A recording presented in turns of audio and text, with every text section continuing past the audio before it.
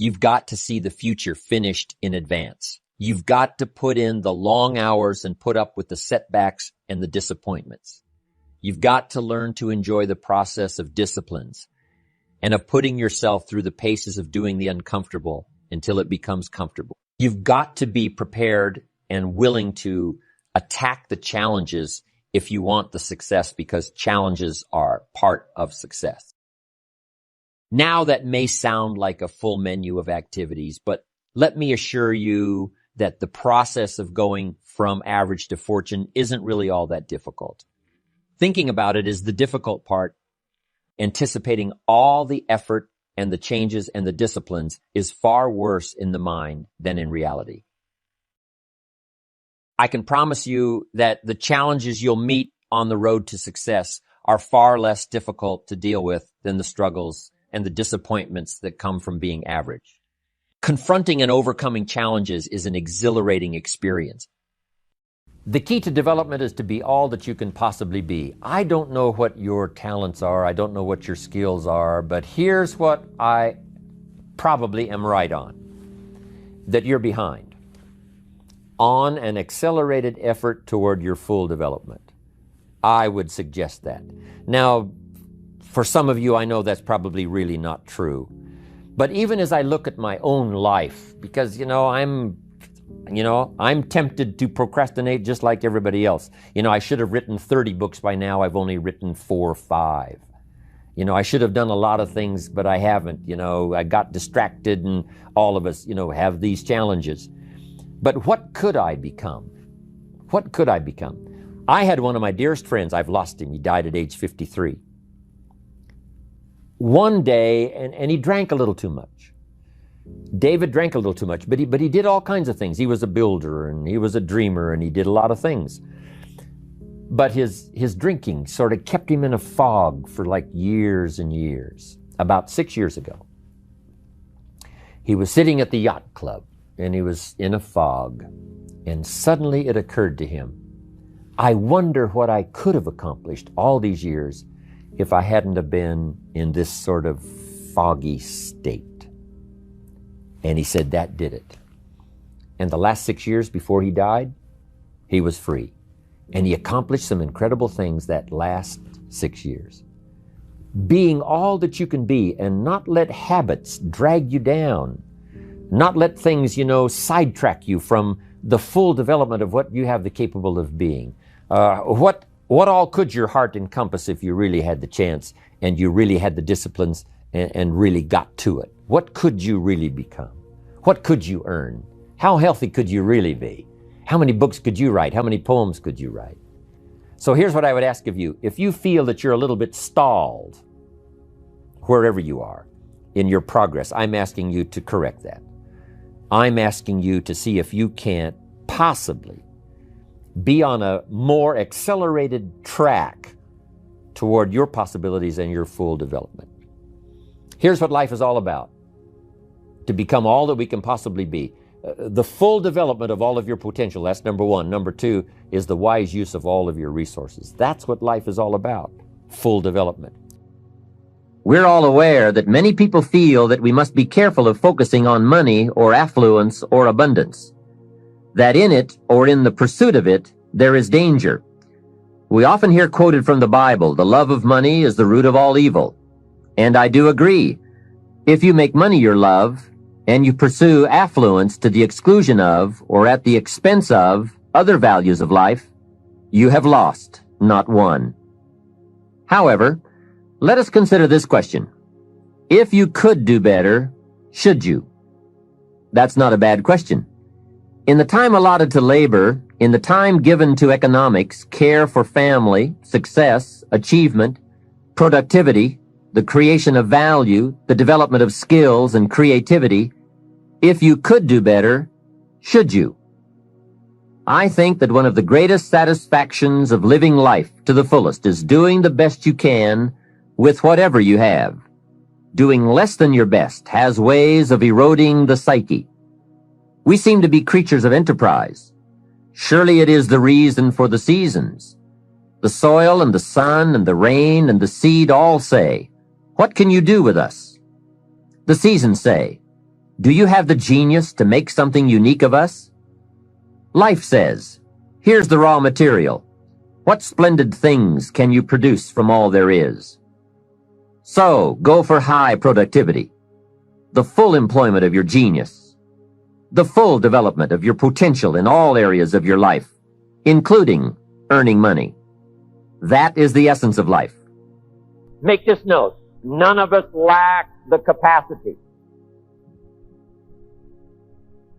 None of us lack the capacity. We have far more capacity than we have time to take advantage of. I do read a record where it says all that time ago, some people lived to be 700 years, 800 years, 900 years old. I feel a little shortchanged when I only have the chance maybe to live 70, 80, 90, 100 years. When all that time ago, the record says, some lived to be 700, 800, 900 years.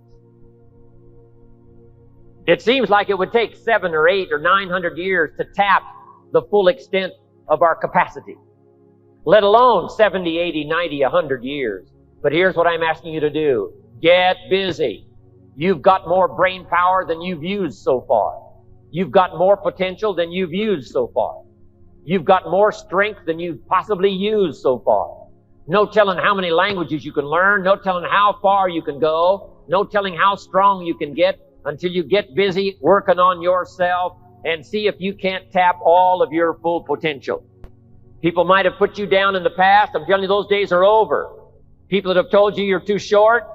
People that have told you you're too tall, you're too old, you're too young. I'm telling you, the old idea about your limitations of the past, those days are gone forever. Mr. Schoff only went to the 8th grade in school, so we put things in very simple language.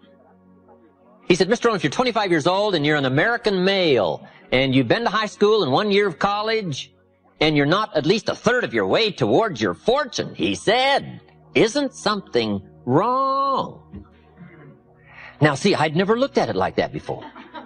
As being wrong, he said, something's wrong. And he said, there's nothing wrong with the country and nothing wrong with the companies and there's nothing wrong with the banks and the money, but there's something wrong with your plan. There's nothing wrong with you, but there's something wrong with your thinking, something wrong with your plan. You bought the wrong story. You bought the wrong formula. And it's easy to wind up a nice person and broke. It's easy to wind up sincere and poor. I'm telling you, you can be sincere and poor, and you can work hard and be poor if you buy the wrong formula, buy the wrong plan. You didn't add up the percentages. You never took out the calculator. You never counted the cost, as an ancient phrase says. Now, see, that kind of blunt, straight language really helped to uncover where my problem lied. Let me give you one of the most clear formulas he gave me that helped to change my life. We deal in what we call basics in one of my lectures. Basics, fundamentals. And there's just a few fundamentals. And there aren't any new fundamentals. You got to beware of somebody who says, I got a new fundamentals. And no, fundamentals are old. Here's one of the greatest of basics and fundamentals. It comes from an ancient Bible phrase. Here's what it says. Whatever you sow, you will reap. We call it simply the law of sowing and reaping. Right? Simply put, the law of sowing and reaping. Now then, Mr. Schoff said to me, Mr. Rohn, there's another way to quote this law that may very well help to discover where the problem lies. I said, okay, I'm ready. Here's what he said. It's also quoted like this. Whatever you reap is what you've sown. I thought, wow, I never thought about that. Now there went my list of all the things I blamed for my current circumstances. If you don't like the crop, who do you look up? Answer, whoever planted it. And where do you find who planted your crop? Answer, in the mirror. That's where you go come fall, come harvest time. You go to the mirror, and if necessary, you say, a few skinny carrots? I got to be unimpressed. Where were you last spring? Asleep. Didn't you read the books? Did you break your hoe? This is talking straight. This is telling it like it is. I asked the question last night, am I reading enough books or am I not? If I engage in my current financial practices, will it take me toward the fortune I would wish for in the next 10 years or will it not? If I keep up my current health practices, Will I have the vitality and the health and the vigor to do all the things I want to do 5 years from now? Will I or won't I? Are my current practices taking me where I would really like to go, or have I been kidding myself for quite some time? I had a day just before I met Mr. Shoaff called Do Not Kid Myself Anymore Day. Here's where I am after 25 years. Here's what I've got. There's no use Mickey Mousing with the numbers. There's no use trying to stretch it. There's no use trying to excuse it. There's no use trying to paint it some phony color. Let's tell it like it is. Because it's the truth that starts the freedom mechanism working.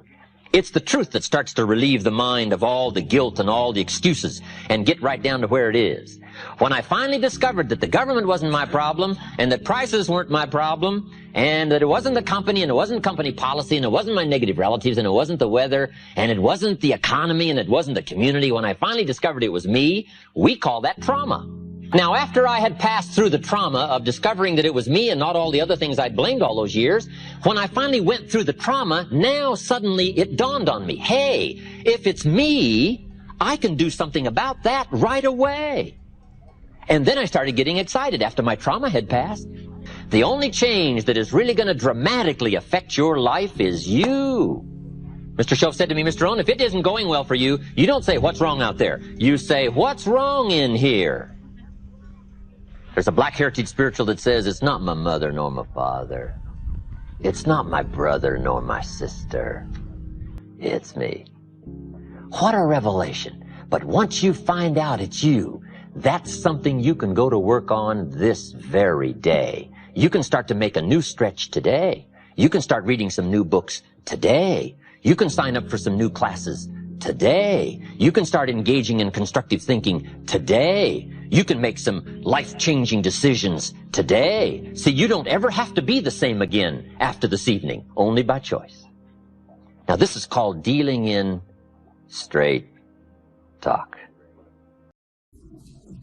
See, I used to blame everything outside. And then let me give you a little philosophy that helped turn my life around.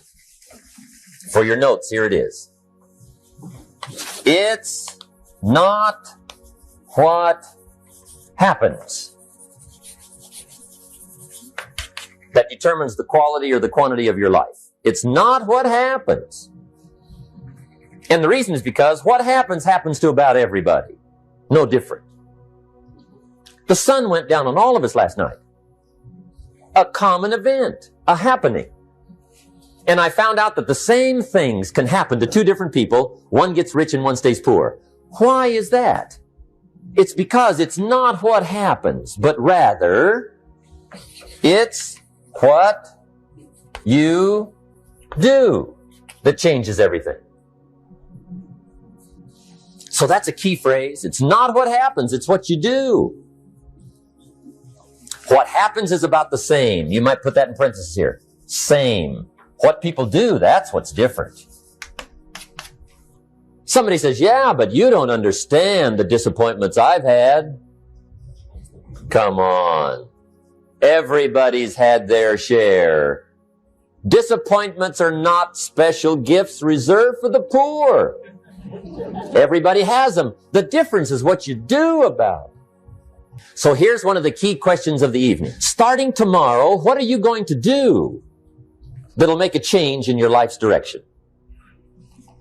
Good question. What are you going to do starting tomorrow that'll make a difference? Now, see, if you don't do something starting tomorrow that'll make a difference, guess what? It's going to be the same. And see, that way you can guess what the next 5 years are going to be like. Look at the last 5. Because the next 5 are going to be like the last 5 unless you, major key, tomorrow, change it all. Or change a little, or change something, or don't change. It's choice time. You can do whatever you want. But it's nice to know any day you wish you can change your whole life. What can you do starting tomorrow that'll make a difference? Good question. What can you do with economic chaos, massive disappointment? What can you do with a broken heart? What can you do when it won't work? Good question.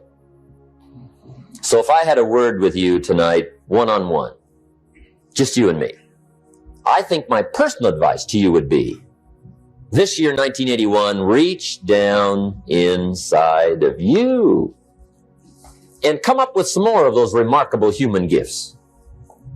They're there, waiting to be utilized. And then change anything for you you want to change. And I challenge you to do that because you can change. If you don't like how it is for you, change it. If it doesn't suit you, change it. If it doesn't please you, change it. If it isn't enough, change it. And I challenge you to do that because you can change. See, you don't ever have to be the same again after tonight, only by choice.